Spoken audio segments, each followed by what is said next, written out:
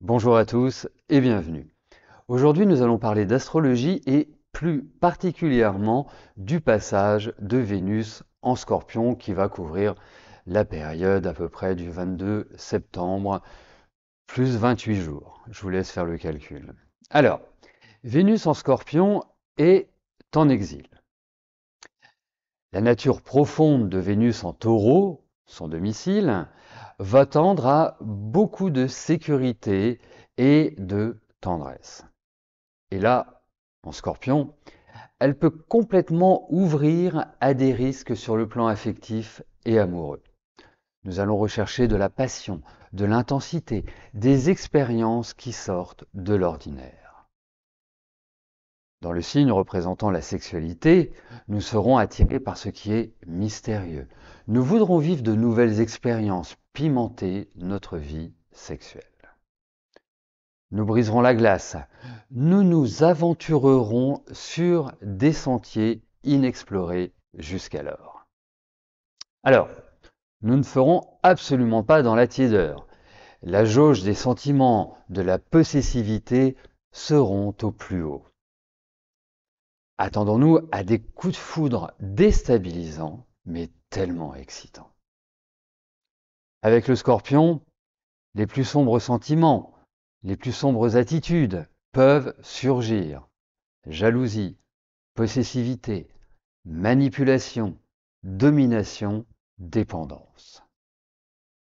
Alors il ne faut pas considérer euh, tous les scorpions de cette manière-là.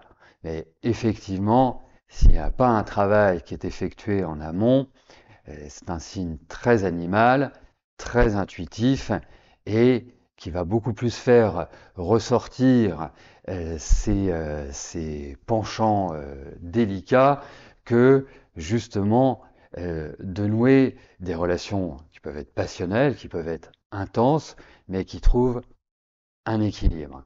Hein, dans les sentiments, le scorpion est généralement dans l'exagération, dans les extrêmes, c'est blanc ou noir, il n'y a pas beaucoup de nuances.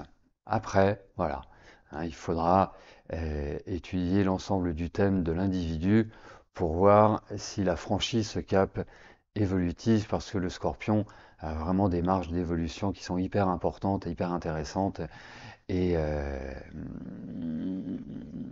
voilà, ah, c'est ce qu'on peut dire déjà sur le scorpion. Bref, alors, ce passage aussi, puisqu'on se retrouve symboliquement sur l'axe de 8, peut également nous parler d'entrée, de sortie d'argent, d'investissement, peut nous pousser aussi à changer de look, à revoir un petit peu notre fonctionnement vestimentaire. Alors, regardons par rapport au groupe de signes. Alors, je globalise, hein, si vous avez le Soleil, des planètes ou l'ascendant, par exemple, dans des signes fixes. Les signes fixes sont les taureaux, les lions, les verseaux. Je traiterai le scorpion qui est un signe fixe juste après. Mais on peut dire que c'est une période qui peut ouvrir à un tournant sur le plan affectif.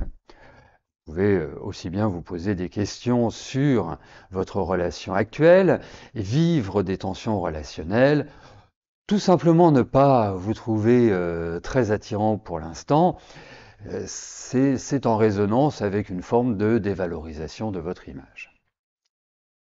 Passons aux signes d'eau, donc les cancers, les poissons et bien évidemment les scorpions. C'est plutôt une phase de communion, une phase de facilité relationnelle, d'énergie positive dans vos relations affectives et amoureuses. Et pour les autres signes, je le traiterai globalement, ce passage reste plutôt positif, mêlant une certaine douceur et un besoin de relations franches et directes.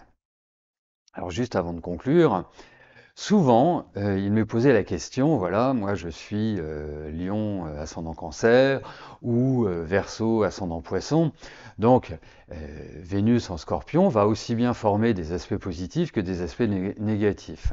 Aspects négatifs par exemple au Verseau et aspects positifs au Poisson. Alors c'est très contradictoire, mais est-ce que l'être humain n'est pas contradictoire lui-même? Bref, ça c'est un autre débat.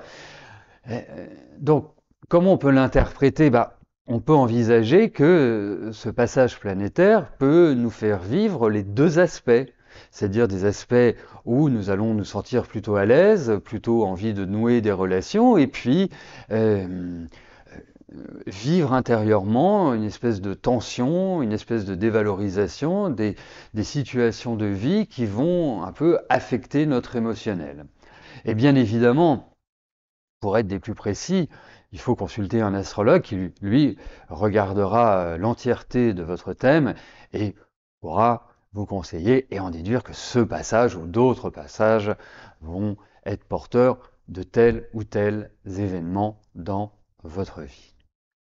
Alors, en conclusion, souvent, Vénus en Scorpion est considérée négativement. Vénus est en chute. En chute, ça veut dire qu'elle se situe dans le signe opposé dont elle a la maîtrise. En l'occurrence, le Taureau. Elle a une deuxième maîtrise, qui est la Balance, et est également en chute en Bélier. Donc, vous imaginez un couple avec une Vénus en Bélier et une Vénus en Scorpion, ça peut être très détonnant également. Bref, ça, c'est un autre point. Donc cette Vénus, moi, je la considère pas du tout négativement. Je trouve qu'elle nous permet justement de mettre en évidence nos sentiments profonds, ce que nous désirons plus profond de notre être, de notre âme.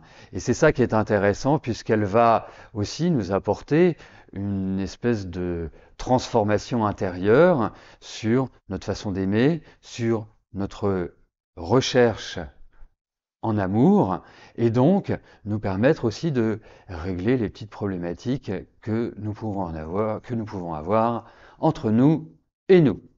Voilà, bah écoutez, je vous remercie de votre attention, je vous remercie de votre fidélité, je vous souhaite de vivre pendant ces 28 jours 28-30 jours, ce très bon passage de Vénus en Scorpion. Et puis n'hésitez pas à me faire vos retours sur ce transit planétaire. Ben, je vous souhaite à tous une excellente journée et à très bientôt pour de nouvelles aventures astrologiques. Merci, bye bye.